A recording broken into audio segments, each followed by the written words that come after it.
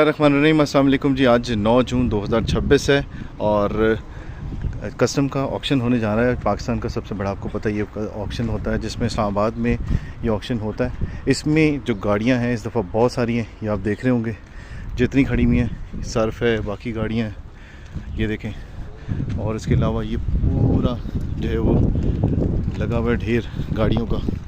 ये सारी की सारी गाड़ियाँ जो है वो कल का जो ऑक्शन है 10 जून 2026 को ये ऑक्शन होने जा रहा है। तो इसमें ज़्यादा से ज़्यादा लोगों ने पार्टिसिपेट करना है और कोशिश करनी है कि आप लोग ज़रूर इसमें हिस्सा लें। ये देखिए इस तरह की गाड़ियाँ हैं, सुजुकी स्विफ्ट कार, जिस तरह से ये 2008 खड़ी हुई है, इस तरह से ये सारी गाड़ियाँ जो है वो आपके लिए मौजूद होंगी। और इसके साथ साथ बाकी पीछे भी गाड़ियाँ खड़ी हुई बड़ी, और यहाँ पे भी छोटी बड़ी गाड़ियाँ सब खड़ी हुई यहाँ पर ऑक्शन के लिए। तो इसके लिए आपको आना है G11-2 का ये एरिया है, मेन सर्विस रोड है। थोड़ा सा आगे आप आएंगे नैप कोर्ट से और ATC जो कोर्ट है वहाँ से आते हुए, तो सर्विस रोड के ऊपर आके आपने यहाँ पर अपना ID कार्ड सिर्फ जमा करवाना है।